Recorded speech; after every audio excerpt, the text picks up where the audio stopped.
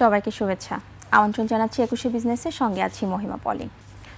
দর্শক, আপনারা জানেন যে ঢাকা স্টক এক্সচেঞ্জে লেনদেন চলছে এবং নির্বাচন পূর্ববর্তী সময়ে আজকেই কিন্তু শেষ কার্যদিবস। কিন্তু আজকের আমরা দেখতে পাচ্ছি যে গত ২ কার্যদিবসের মতো আজকেও কিন্তু ঢাকা স্টক এক্সচেঞ্জে বেশ ভালো একটা উত্থানেই কিন্তু লেনদেন চলছে। অর্থাৎ যে নির্বাচনের যে স্থিতিশীলতা সেটা হয়তো সাধারণ বিনিয়োগকারীদের মধ্যে একটা স্বস্তির প্রকাশ করছে এবং সাধারণ বিনিয়োগকারীরাও সেই ভরসায় কিন্তু বাজারমুখী হচ্ছেন এবং তারই হয়তো ফলশ্রুতিতে বাজারে একটা ভালো একটা গতি আমরা দেখতে পাচ্ছি এবং আজকেও কিন্তু বাজার বেশ ভালো রয়েছে। আমরা যদি এখনও বলি যে টার্নওভারও বেশ ভালো রয়েছে, ৪৩৭ কোটি টাকা, প্রায় ৪৪০ কোটি টাকার বেশি কিন্তু লেনদেন হয়েছে ঢাকা স্টক এক্সচেঞ্জে এখনও পর্যন্ত এবং বেশিরভাগ প্রতিষ্ঠানেরই কিন্তু দর বেড়ে লেনদেন চলছে।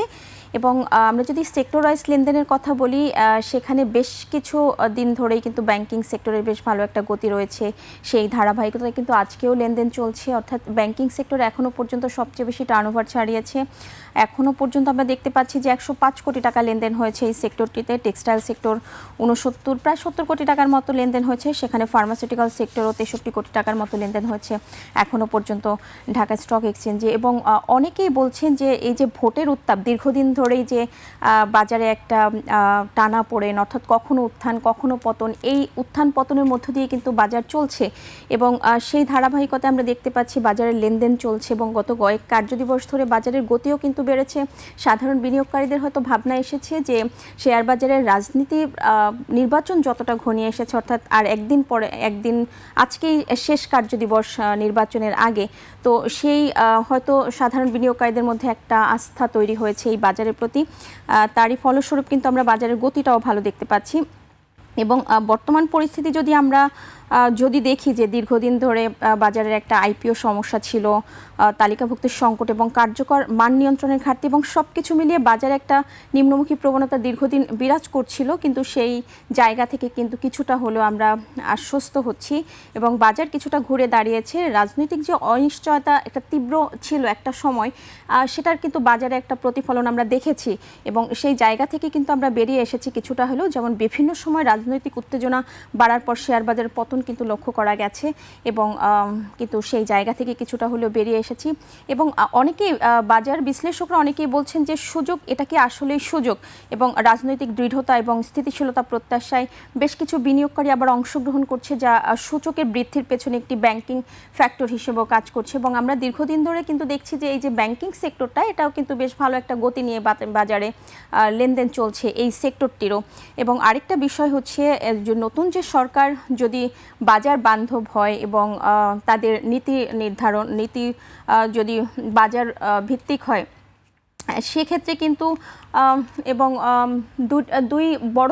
দুই রাজনৈতিক দল রয়েছে, তারা কিন্তু দুই বড় রাজনৈতিক দলই কিন্তু বাজার নিয়ে তাদের একটা আলাদা একটা ভাবনা রয়েছে এবং তারা কিন্তু বেশ ভালো প্রতিশ্রুতিও দিয়েছেন এই বাজার সংশ্লিষ্ট ব্যক্তিদের সাথে সাক্ষাৎ করে এবং তারা কিন্তু বেশ ভালো একটা আশ্বস্ত করেছেন এবং বিনিয়োগকারীদের মধ্যেও কিন্তু সেটাই হয়তো আস্থা তৈরি করেছে বাজারের জন্য। তবে একটা বিষয় যে আমরা যদি বলি যে এই যে বিভিন্ন দেশে এই যে বাজারের যে ওঠানামা, নির্বাচন কেন্দ্রিক বাজার, এটা খুব বেশি কাজ না করলেও আমাদের দেশে সেটা অনেক বেশি হয়ে কাজ করছে হয়তো। একটা বিষয় আমরা জানি যে ইউরোপ, আমেরিকা বা বিভিন্ন দেশে কিন্তু এই যে বাজারের যে রাজনৈতিক একটা প্রভাব, এটা কিন্তু বাজারের নির্বাচন পূর্ববর্তী সময় থাকলেও একটা নির্বাচিত সরকার আসার পরে সেটা কিন্তু একটা স্থিতিশীলতার দিকে চলে যায়। কিন্তু আমাদের দেশে এটা আসলে পরবর্তী সময় কী হবে সেটা আসলে এখনও নিশ্চয়তা দিয়ে বলা যায় না। তবে নির্বাচনকে কেন্দ্র করে রাজনৈতিক উত্তেজনা এবং অনিশ্চিত পরিস্থিতি বাজারকে দ্রুত পতনের দিকেও ঠেলে দিতে পারে, সেটা হয়তো ভবিষ্যৎ নির্বাচন পরবর্তী সময় হয়তো আমরা দেখতে পাবো। এবং বিশেষত যদি রাজনৈতিক সহিংসতা এবং অস্থিরতা আবার প্রকট না হয়, তাহলে হয়তো আমরা এই যে ধারাবাহিক একটা ভালো একটা উত্থান দেখতে পাচ্ছি, এটা হয়তো চলমান থাকবে, সেভাবেই আমরা আশাবাদ ব্যক্ত করতে পারি। এবং দ্বিতীয়ত, এখনো পর্যন্ত বাজারে প্রাতিষ্ঠানিক বিনিয়োগকারী এবং বিনিয়োগকারীদের প্রবেশ খুব দৃঢ় যদিও যেখানে হয়নি, এবং আমরা আশা করছি একজন নির্বাচিত স্থিতিশীল সরকার আসলে এই বাজারে বিদেশি বিনিয়োগ এবং প্রাতিষ্ঠানিক বিনিয়োগকারীরা তারা হয়তো সেটা অবশ্যই এই বাজারমুখী হবেন এবং তারই ফলশ্রুতিতে এবং বাজারও হয়তো দীর্ঘমেয়াদী একটা ভালো একটা গতির দিকে যেতে পারে এবং বাজারের আস্থা ফিরে আসবে, বিনিয়োগকারীদের মধ্যে আস্থা ফিরে আসবে। এটাই আমরা আশা করছি। দর্শক, আমরা যদি আজকের বাজার নিয়ে একটু কথা বলি, যে আজকে বাজারের কি অবস্থা সেটাও যদি আমরা একটু দেখে আসি। যে আমি কিছুক্ষণ আগেই যেমনটা বলছিলাম যে আজকে কিন্তু আজকের কার্যদিবসে অর্থাৎ শেষ কার্যদিবসে নির্বাচন পূর্ববর্তী সময় সেটা কিন্তু বাজার বেশ ভালো একটা গতি নিয়ে চলছে। সেটা যদি একটু আমরা দেখে আসি যে ইন্ডেক্সের কি অবস্থান রয়েছে সেটা একটু দেখে নেব। আমরা যেমনটা বলছিলাম যে ইন্ডেক্সগুলো কিন্তু বেশ ভালো অবস্থানে রয়েছে, বেশিরভাগ প্রতিষ্ঠানের শেয়ারের দর বেড়েছে। আপনারা দেখতে পাচ্ছেন যে 81 পয়েন্টের মতো কিন্তু ডিএসসির প্রধান সূচক বেড়েছে, সেখানে 5393 পয়েন্ট এই সূচকের অবস্থান রয়েছে। এবং যে কটি প্রতিষ্ঠানের মধ্যে এখনও পর্যন্ত লেনদেন হয়েছে তাদের মধ্যে কিন্তু বেশিরভাগ প্রতিষ্ঠানের শেয়ারের দর বেড়েছে। সেটা আপনারা দেখছেন যে 324টি প্রতিষ্ঠানের শেয়ারের দর বেড়েছে, সেখানে দর হারানোর সংখ্যাটা খুবই সীমিত আমরা দেখতে পাচ্ছি, অর্থাৎ 32টি প্রতিষ্ঠানের শেয়ারের দর এখানে কমেছে। এবং অপরিবর্তিত প্রতিষ্ঠানের সংখ্যা আমরা দেখতে পাচ্ছি 35টি, যেখানে লেনদেনের গতিও বেশ ভালো রয়েছে। যেমনটা বলছিলাম, হয়তো প্রায় 500 কোটি টাকার কাছাকাছি লেনদেন হয়েছে। এর মধ্যে আপনারা দেখতে পাচ্ছেন যে 474 কোটি 55 লাখ টাকা লেনদেনের মধ্য দিয়ে কিন্তু ঢাকা স্টক এক্সচেঞ্জে আজকে এখনো পর্যন্ত লেনদেন চলছে। তো এই মুহূর্তে যদি আমরা একটু দেখি যে টপ ট্রেডের তালিকা অর্থাৎ টাকার অঙ্কে লেনদেনের শীর্ষে কোন প্রতিষ্ঠানগুলির অবস্থান রয়েছে সেটা একটু দেখে নেব।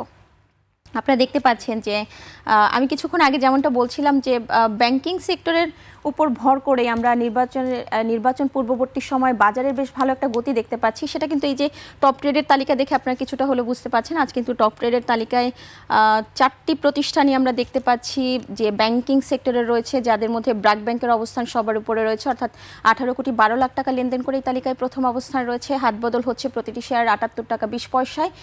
দ্বিতীয় অবস্থানে ঢাকা ব্যাংকের অবস্থান রয়েছে, 14 কোটি 38 লাখ টাকা লেনদেন হয়েছে এবং 13 টাকা 50 পয়সায় হাত বদল হয়েছে। এবং ম্যালেক্স স্পিনিংয়ের অবস্থান আমরা দেখতে পাচ্ছি তৃতীয় অবস্থানে রয়েছে, 11 কোটি 80 লাখ টাকা, প্রায় 12 কোটি টাকার মতো লেনদেন করে তালিকায় তৃতীয় অবস্থানে রয়েছে। এবং পরবর্তী যে দুটি প্রতিষ্ঠান দেখতে পাচ্ছেন ব্যাংকিং সেক্টরে, সিটি ব্যাংক এবং ইসলামী ব্যাংক, এবং বেশ কিছুদিন ধরে এই ব্যাংকগুলোর অবস্থানও কিন্তু আমরা বেশ ভালোই দেখতে পাচ্ছি।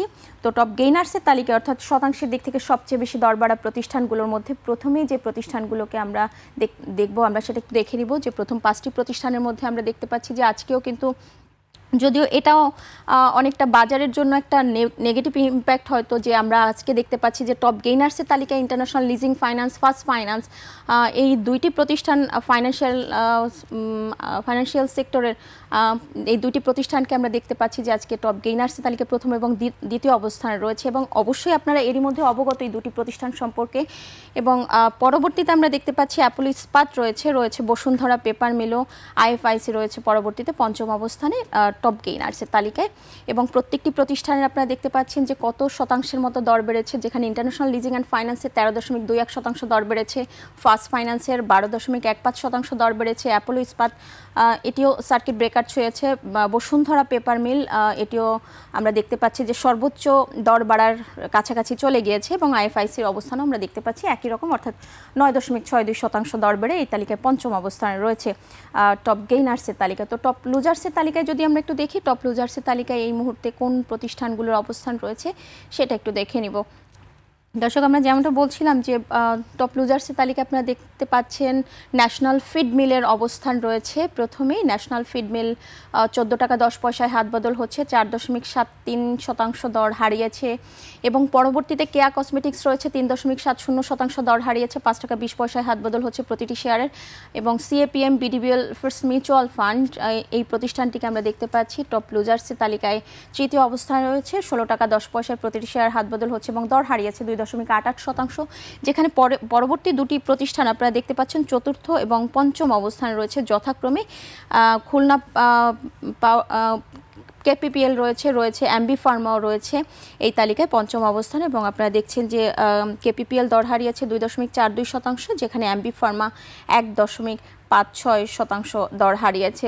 তো ঢাকা স্টক এক্সচেঞ্জে কিন্তু আজকে আমরা ভালো একটা লেনদেনের মধ্য দিয়েই লেনদেন চলছে এবং দিনের শুরুটাও হয়েছিল বেশ ভালো একটা গতি নিয়ে। আমরা হয়তো আশা করতে পারি যে আজকে নির্বাচন পূর্ববর্তী শেষ কার্যদিবসে হয়তো ভালো একটা লেনদেনের মধ্য দিয়েই বাজার লেনদেনের সমাপ্তি করবে। তো দর্শক, নিচ্ছে একটা বিরতি, ফিরছি একটু পরেই, সঙ্গেই থাকুন।